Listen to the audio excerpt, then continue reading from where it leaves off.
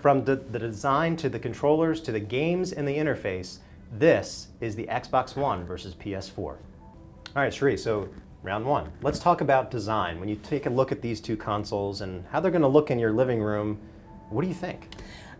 They're obviously very, very different.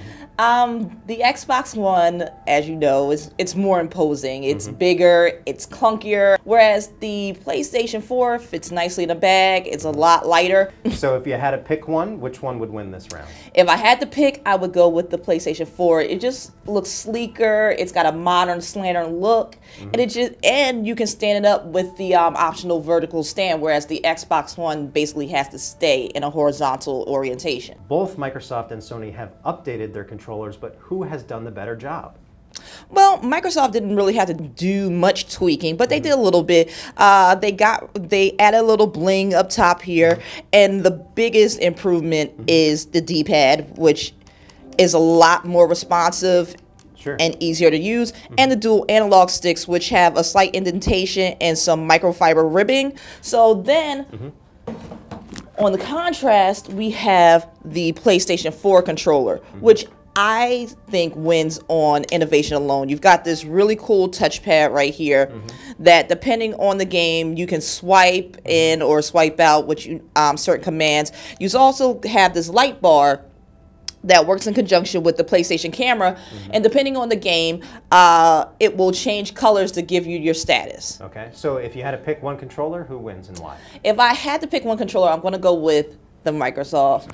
I'm going to go with the Xbox One because it's just the gold standard and it just improved upon so many things. The PlayStation camera is actually $59.99 if you do want to invest. So the things that you can do with the camera, facial recognition, voice commands, and I actually have this demo called the Playroom open right now. So as you can see, it's tracking what I do with the camera, letting out a few bots if I do like this.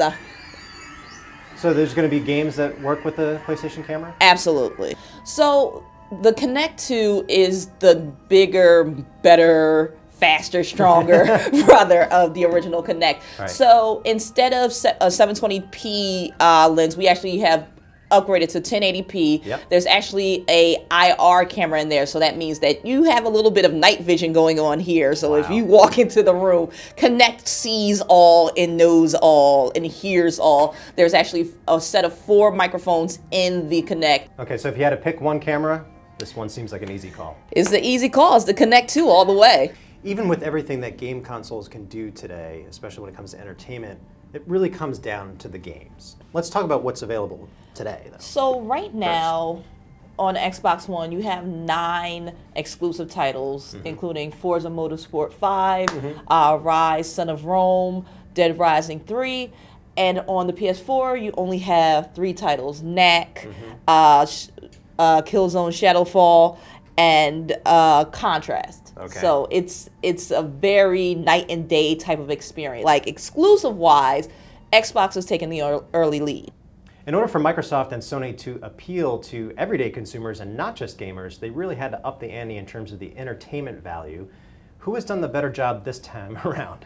I mean, it's no contest. It's the Xbox One. So right now, we're actually looking at Xbox One Guide. The One actually allows you to hook into your cable box and bypass your cable box. The only thing you'll actually have to use your cable box for is DVR.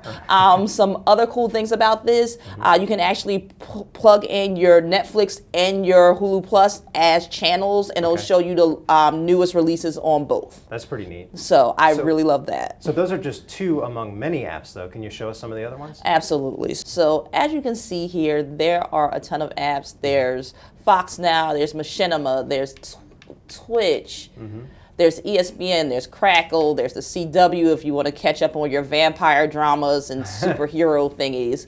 Okay, so what about the PS4? Because I see that there's some apps, but not nearly as many. Not nearly as many. So, like we saw on the Xbox One, it does have Vudu, there is Hulu Plus, there's of course Netflix, but it's a little limited to these. And as far as sports, you have NBA Game Time and you have NHL Game Center.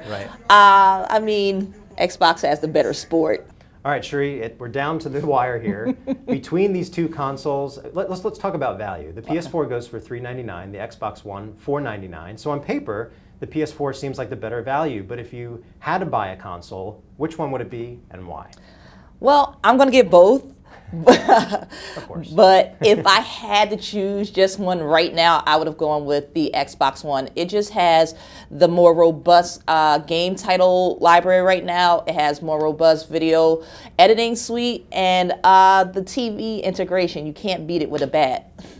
Okay, well, for more game reviews, both for the PS4 and Xbox One, go to timesguide.com.